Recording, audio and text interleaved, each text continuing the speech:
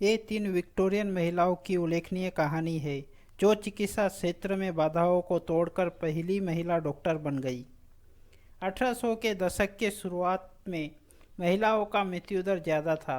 बड़ी संख्या में महिलाएं इलाज योग्य बीमारियों से मर रही थी क्योंकि वो चिकित्सा सेवाएं नहीं ले पा रही थी और महिलाएं अक्सर पुरुष डॉक्टरों से बचती थी।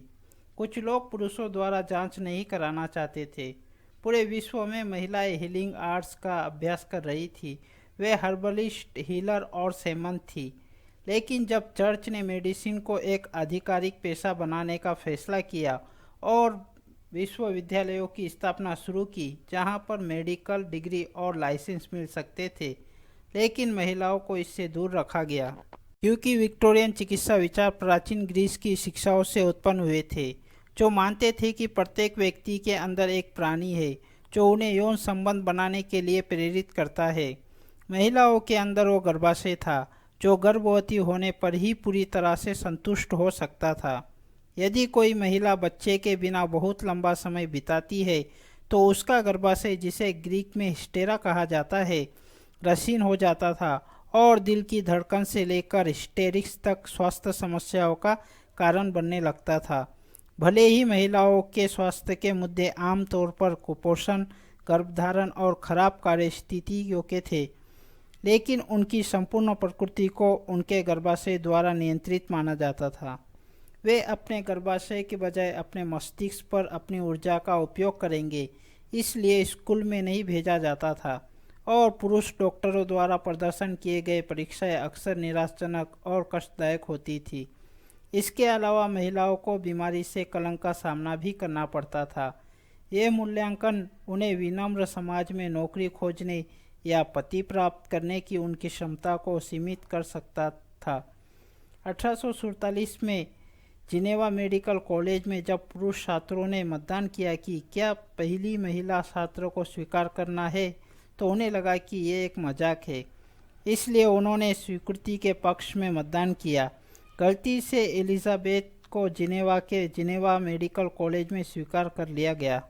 1969 में अमेरिका में फिलाडेल्फिया अस्पताल में पुरुष छात्रों ने स्वीटन बोल व women's medical college of Pennsylvania के छात्रों के साथ छेड़छाड़ की जो उनके साथ एक व्याख्यान में भाग लेने के लिए आए थे।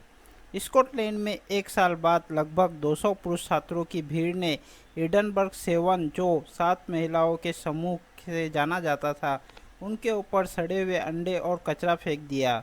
उन छात्राओं में से एक सोफिया जैक्स ब्लैक थी जिसने एडनबर्ग विश्वविद्यालय के प्रोफेसरों को 6 अन्य छात्राओं के साथ स्वीकार करने के लिए राजी किया था।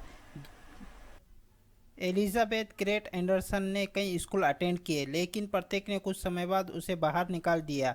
इसलिए उसने चिकित्सकों के साथ निजी तौर पर अध्ययन किया और अंत में लाइसेंस प्राप्त करने में सफल रही। एक ही समय में 2 समानताएं, 2 स्कूल, 2 अलग अलग देश। पुरुष नहीं चाहते थे कि महिलाएं मेडिसिन का अध्ययन करें।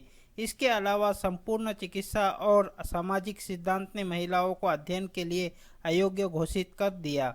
इन 3 महिलाओं ने उस बाधा को पार कर लिया।